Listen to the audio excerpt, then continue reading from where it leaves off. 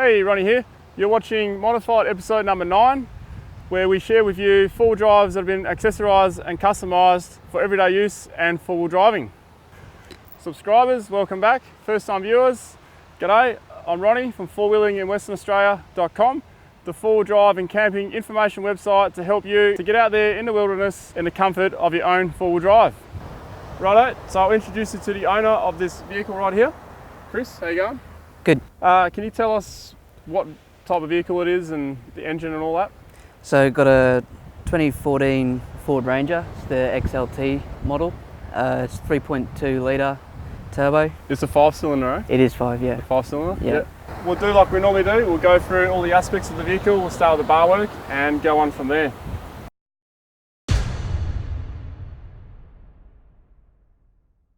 All right, Chris, so tell our audience what kind of bull bar this is. It's just a X-Rocks bar. I chose it without the loop. Without the hoop on it, yeah? Yeah, just a bit of a looks thing. Yeah. You can see a lot of them around, and yeah, I like the look of the bar without the loop. Without the hoop, yeah. You still see the lines of the front of the car a bit better. And more, yeah. I was always planning to put the lights up top. I noticed it's a winch compatible bar. It is, yep. What winch you got in there? Got the Runvar 11,000 pound winch. Runvar, yeah. Dyneema rope. Yeah, okay. You're the first one I know that's got one of these. Are they right? I've not pulled myself out on anything yet, but I've pulled a couple of cars up the hills at Julimar. Oh yeah. And it's pretty steep angle there, and it pulled them up. Yeah. Pretty right. Rock sliders here? Yeah, they're from a company over in Queensland, Dominator 4x4. Dominator 4x4? Yeah. Yeah. I got the skid plate on the bottom with jacking points. Oh yeah. I like what you've done here with the grip thing. Grip tape. Yeah, it's good, and apart from the people that don't know it's there, that slide out of the car and then graze. Yeah. Get the back of the calf, but I know it's there, so it doesn't bother me. Well, speaking of skid plates, on the front there, I noticed you had you got one, and it looks well used. Yeah, the bash plates, they come with the X-Rocks bar, and I've custom moulded mine to be more aerodynamic, I think. But, custom moulded on a few rocks? Or? It's yeah. Yeah. The power lines has probably had a Ranger front end scraping through the rocks, but saved the radiators. And I noticed you got some decent recovery points too. Yeah, I got some huge radiator recovery points, one either side, so I can spread the load if it's too dangerous. Not had to use them yet, luckily. But rear bar now. So Chris, notice there's a Kmart, yeah? Yeah, it's Kmart bar. Kmart bar. Yeah. And you got your spare on here. Yeah. Is there plans for another one here? Or? There is, yeah. I brought it second hand because they're crazy expensive to buy brand new. They're not cheap, are they? No, it's about $5,000 for the bar and both the attachments. Yeah. Depending on which one you have. Yeah. It came with a dual wheel, but I've taken this side off because the plan's to replace it with a dual jerry can, so I can get a bit more fuel on board. Rear camera? Yeah, rear facing camera. It's an XLT model, comes with reversing sensors standard. So it'll beep at you as well? So when I installed the bar, you either have to drill the sensors in because it doesn't come with bulletproof drill holes or whatever. But I was advised that because of the shadows, wheels cast over it, you'll get beeping when reversing when you're not necessarily near to anything. Yeah, okay. So I decided whether that's true or not, I'll get rid of it and Up get a rear camera so I can actually see what I'm doing. Oh yeah. Now onto the roof rack. You got a fair bit on the roof rack? Yeah, there's not much space elsewhere, so go up onto the roof. Oh, that's a nice long awning, that one. Yeah, it's 2.5 metres. 2.5 metres? Yeah. Does it come out 2.5 metres as well? It's out 2.5 wide, but I've also got the extenders to extenders too, add on to whichever way the sun's facing or the wind's coming from. So awesome. High lift jack on here. So this roof rack is a Rhino rack, yeah? It is, yep. It goes into the channels that run down the side, and it's a Rhino rack Pioneer tray. Oh right. So this slots into. Oh, so this channel's been put into your car? Yeah. Okay. I like what you've done with the Max tracks. Much easier to get off with the pins though. Definitely. Yeah.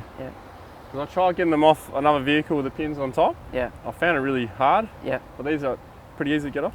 Yeah, it took a bit of time to get the angles right because they've got U-bolts on the back and to find the exact. They're all they're all parallel. Took a bit of time, but yeah, no, it's got it right, and just all good now. Turn the latch and off they come. And you got a shovel there behind it.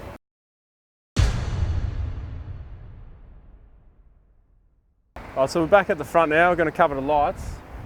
So these didn't come with the bull bar, obviously. You put them in. Yeah, the XLT comes with fog lights within the bumper, so the wiring was there, and I just put in the bar on, taking the stock bump. From the I get you now. Yeah, from the actual bumper that was on before. The wiring was there. The option was to either have no fog lights or wire a new set in, and I put a set of Light Force Lancers in there, 140 Lancers. Only halogen, but that matches the tone of the light, so it's keep it a little. Yeah, and I got the wide filter on it, so it gives me good low down spread. Just like a fog light should be. Yeah, so good idea. And up here, are they HIDs? Yep, all 4 of them are HIDs. The 2 centre ones are Genesis 50 watt HIDs, and the you got the 50s. Yeah, nice. And the 2 outside ones, Venom's 50 watt as well. Yeah. HID, Put the combo filter on there to give a bit of spread. Bit of spread as well. So you got spread on the edge, pencils in the middle. Yeah. Awesome. And there's lights up a fair way in front. Yeah, I bet it does. But it's a long way. 50 watters. It's obviously a UHF aerial. Yeah, it's a 6 dB aerial. 6 dB? Yeah. It's the kind of best of both worlds then? Yeah. That's what you're aiming for then? Yeah. There's no one style of driving I do more than other, and I didn't want the front clogged up with aerials. So. Fair enough. And radio aerial under there? Yeah, it's just the stock radio aerial, and I've just... How's it work when it's tucked in like that? All right? Not too bad. Like, there's no crackles. It picks up radio crystal clear. Is that roof rack metal? Yeah, it might even amplify the range. I'm not sure. Got a massive aerial on your roof now. Yeah. Smash the antenna.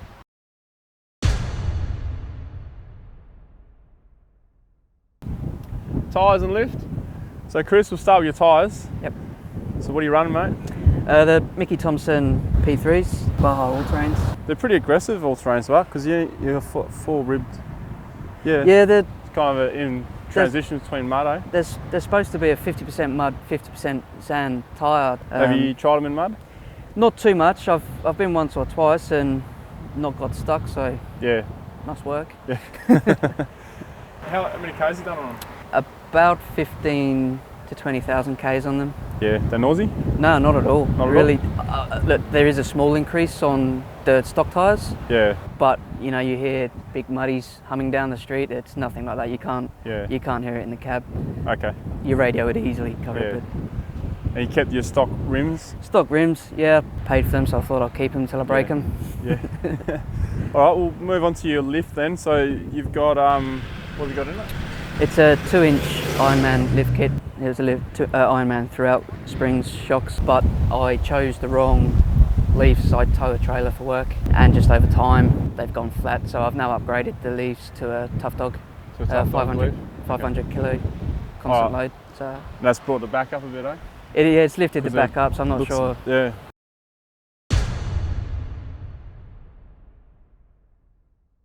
So here we are in the engine bay.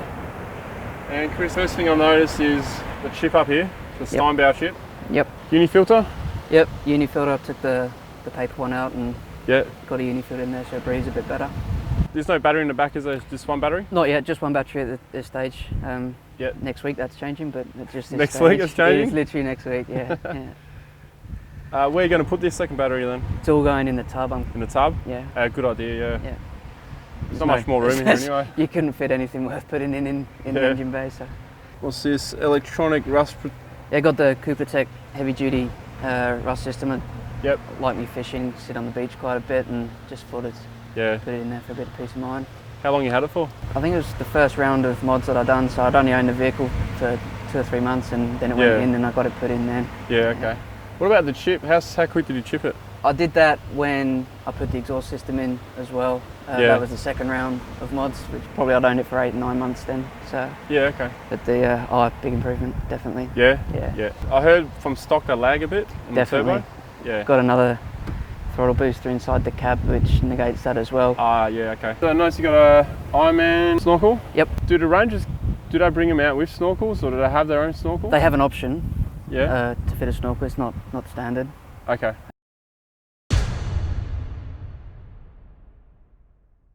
Chris, you want to show us what we got in the back? Yep. So that came with the hard lid, came with it? It came when I brought it. It was an optional extra. I don't come as standard. Yeah. Okay. You got your light strip here? Yeah, the Ranger comes with a 12-volt socket in the back, so I just plugged into... Oh, so that's pre-wired from Pre-wired, yeah. That's pretty good, eh? Yeah. 60 litre fridge, I'll take it? ARB 60 litre. I was a bit restricted with choice of fridge that I could go for with the hard lid. I'd love a canopy, but I tow and it has long things and it's going to break windows if I had a canopy up there. Okay. So battery box? Yeah, because I've not got the dual battery set up yet. I've just been using that when I go on trips, so I'm not drawing off the main when I'm parked up. So you just charge at home and then you take it with you? It's got a DC charger in it as well, so when you're on the move you can plug, plug that in and it will charge itself back up. But recovery gear? Yep. Oh, you get the whole kit? Yeah. Everything. Cool. Don't see that very often, sadly. Got a future plans for the back of the ute. That's going next week. Gonna apply line, box out over the wheel arches, mount the dual battery, onboard compressor. You're gonna box out over it? Yeah, so there's quite a bit of space in behind the light here. Yeah. So if I come out just 100 mil or so this side, I don't actually lose much tub space. Yeah, okay. And I can mount my dual battery and BC-DC chargers. Now inside the Ranger, Chris is going to run us through what he's got in here. So Chris, the first thing I'm noticing is your big 7-inch HEMA screen there. Yep. That's a good size, eh? It's pretty big. It's pretty handy though, you can zoom straight in and you're not having to go in close. And your UHF? Yeah, it's an 80 channel Uniden. Uniden, yeah. It's got the box mounted out the way and it's all on the hand. Oh, it's one of those all on a handset. Trying to keep the inside as clean and clutter-free as possible. And you got a throttle booster over there? There's a throttle booster over this side. It's got quite a few different settings, economy mode and ultimate mode, which is what it's normally stuck on. And yeah, it really takes out the lag. The Ranger's got quite a lot of lag, and especially when you're towing, you put your foot down and you've got to wait a while. It's almost dangerous. So yeah, I'll put that in, and when you've got it on the... That's sorted it out, It's instant. Cool. It's good. And this obviously comes with you everywhere? Yeah, if people need to jump out and spot me, I've always got it. Is that compressor in that box there? Yeah, it's the ARP twin compressor. I brought the portable one because I needed it back then. It comes with the tank, and that's all going to get hardwired and mounted in the back. Yeah, okay, cool. Awesome.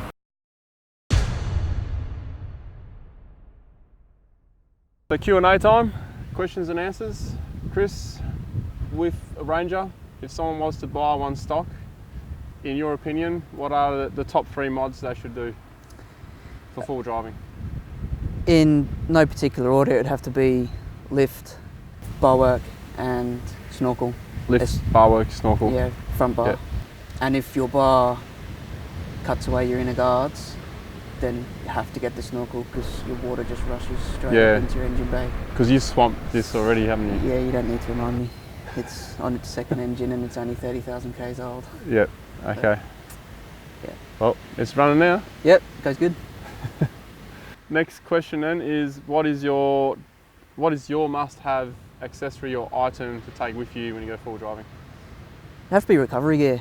I think I've got all bases covered with the winch, max tracks, shovel and snatchies. You get stuck and how can you get out without recovery gear? It's got a pretty comprehensive recovery gear bag in there, I've got to say. It had 2 snatch blocks in there, I noticed. You never know what sort of spot you're going to get into, do you? What is your best trip, or like the best trip that you've done? It's probably 2 for 2 different reasons. One was a boys trip down to D'Entrecasteaux National Park. Yep. It's well documented how good that place is, and it was my first trip down south to the forest and absolutely loved it. Second one wasn't too much of a intensive trip. It was just the first one with my son down to Hamlin Bay, and his first trip onto a beach. Really enjoyed that one as well. So. All right guys, a lot of you have requested to get a Ranger on. Well, now you have one. There's a lot of good mods on this one. There's a lot done to it.